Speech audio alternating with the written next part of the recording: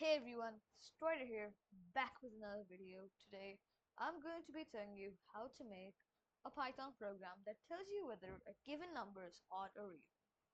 Let's get started, shall we? So first, let's add a variable called number. In that, we'll add integer input. I'm going to be adding this for now. You can keep this to anything you want.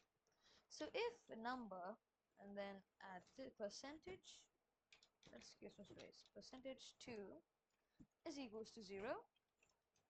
We want to print a formatted string, the number in curly brackets, let's add number, is even, and let's copy this, else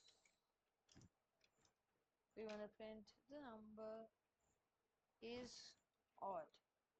So now if you print this, let's add 8, the number is even, let's add 1, the number is odd. Let's add a bigger number like 99, the number 99 is odd.